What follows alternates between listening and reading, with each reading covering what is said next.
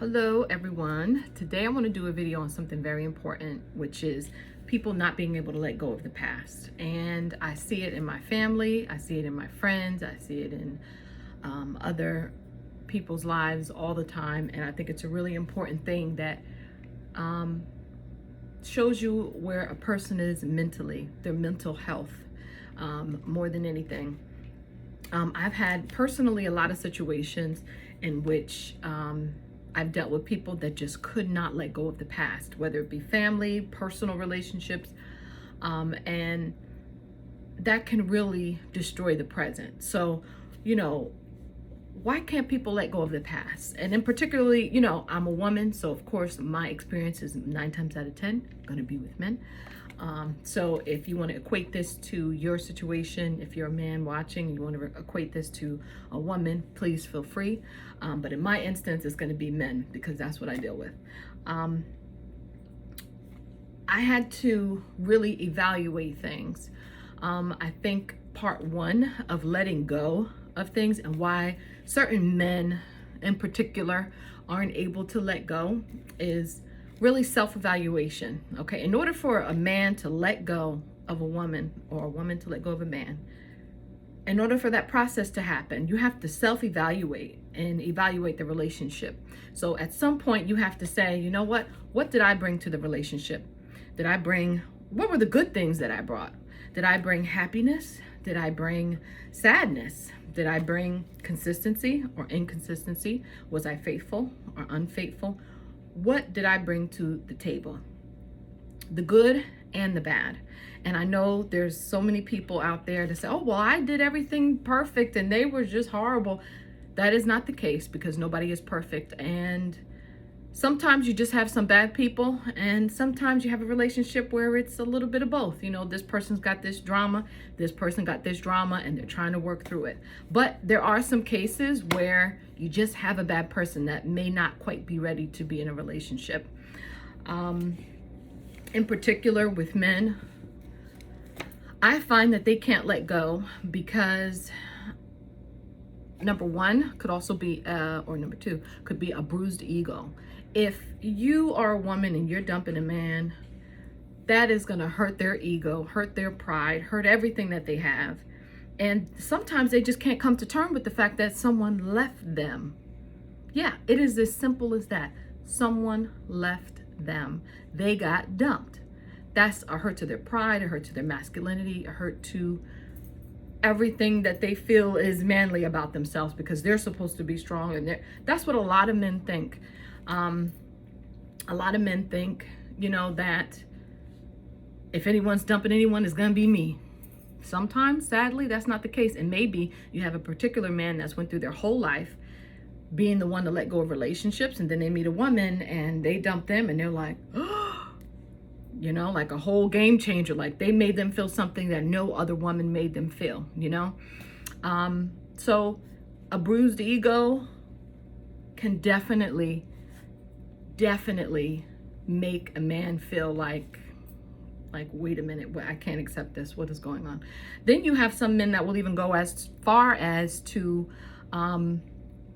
try to get the woman back. I've seen situations where a woman has dumped a man and a man has got back, they've sweet talked their way back with them and then they dump them.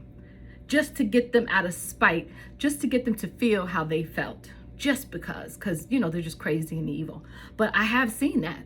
So a man with an ego problem, or a man that's never experienced being dumped, or a man that feels that, they didn't deserve it, again with the ego, that will cause them to go a little bonkers. I have my little notepad here because these are just things that I did some research on, and I'm trying to do the research and put it in my real life. I am currently dealing with a situation like that. I am happily married. I have moved on, but for whatever reason, this person will not move on. So I wanted to talk about it.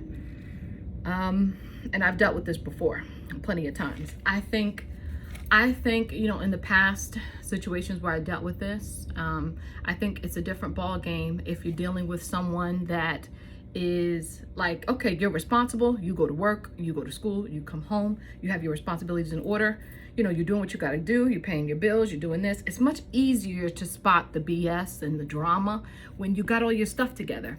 And I've always had my stuff together. I've always been responsible, always had my own place, always did what I needed to do. I had my son around 20, I think I was 23 when I got pregnant, 24 when I had him.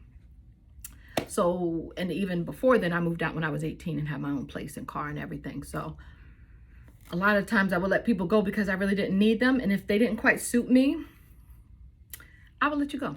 So I have experienced this a ton. So I think, I'm not an expert, but I think when I hear people's stories, other stories about it, it kind of all correlates, and it's the same kind of situation, maybe tweaked a little bit, but pretty much is the same every time. In order for a person or a man not to, or in order for them to let you go, they have to understand the present. They have to understand today. They have to understand right now. To me, I mean, it's mental illness in a sense, because you're dealing with someone that will not accept what it is right now. You have to be of sound mind to accept that today is today. I'm not with that person today, whatever it was in the past. This goes back to the evaluation, self-evaluation. Okay, this is what we had in the past. This is what we have now. Okay, and you have to accept it. If the acceptance is, I can no longer try to be with this person no longer wants to be with me, or this person has never shown me any interest again, you have to accept that and you have to move forward. Whether they're with someone or not, if they had time to choose you and that person decided not to choose you, then they don't want you. And there's nothing you can do to change that. Another thing is, us women have to look at it, because I see it all the time, domestic violence. I had a friend of mine that, she got shot, because he could not let it go. She was with someone else and he shot her. Like, I saw it on Facebook all the time. I had a friend that dealt with that. It is a very, very serious thing. And I think it's more serious than what we're giving it credit for. When you have situations that people just cannot let go. A lot of times for men, not all men, but most men that are young, they like to have their acquaintances, their women, their this and that, they're sleeping around, they're dating around, they're doing whatever they want to do because they're free, they're young, so what? They don't want attachments and all this other stuff. So when they do find one that they want that attachment with, and that they feel, that their family likes all of a sudden, and they're bringing this person around, and maybe they're thinking about marriage with this person, maybe someone that that never brought those ideas or those feelings, those emotions to that person. Maybe they saw all of this in that one person, and now that one person is gone. And maybe their family's not going to talk to them anymore. Maybe they're not as cool to their friends anymore. Maybe they won back some family members or some friends because of the good relationship they saw, or because of the happiness or the, non-toxic nonsense going on. And maybe they lost everything because of the breakup. And they can't let that go. Maybe they haven't been able to replace that yet. The other thing is you are lonely.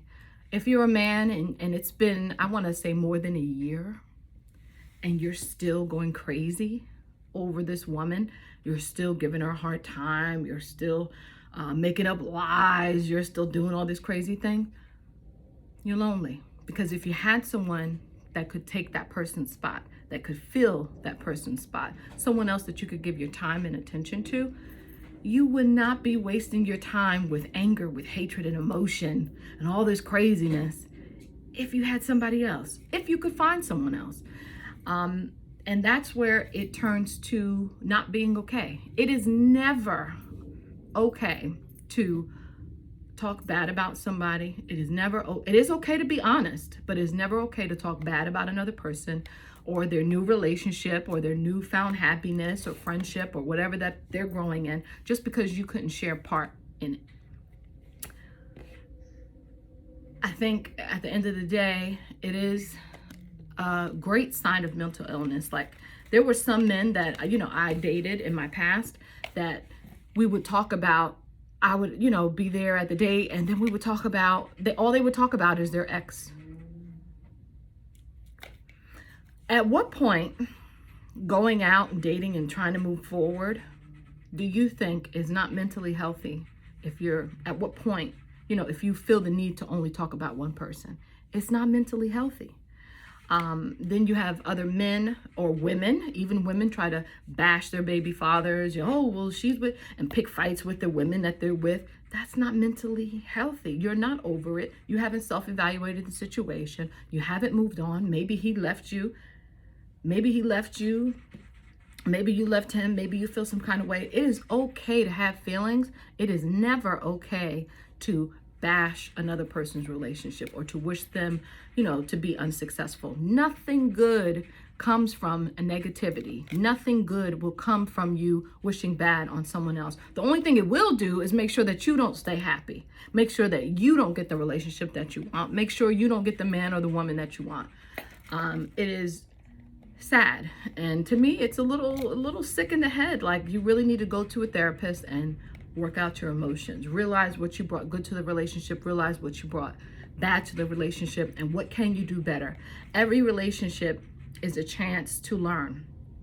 There are going to be some times where you're going to have a relationship with someone, and it's just a friendship, just maybe a few chats, maybe a few let's go grab a cup of coffees, and you're going to learn from that person what you need to learn from them. Not everyone you're meant to stay with. Not everyone you're meant to be with.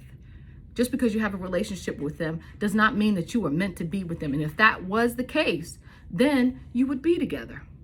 If that's not the case, you have to accept that that person no longer is interested in you, and it doesn't give you the right to be rude, mean, disrespectful, or downright crazy, because they can't be with you. You have to get your mind right. You have to get your soul right. You need to get therapy and help to understand why you can't move forward. Why can't you live in the present? There is nothing mentally healthy about a person that cannot live in the present.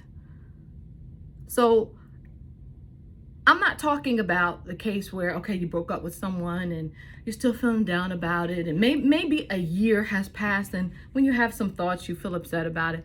But for the most part, you move on and whatever. Maybe you still haven't found that person yet, but it makes you down. Maybe you understand, what you did, what you should have did. That's perfectly normal. Excuse me. What's not perfectly normal is you harboring resentment.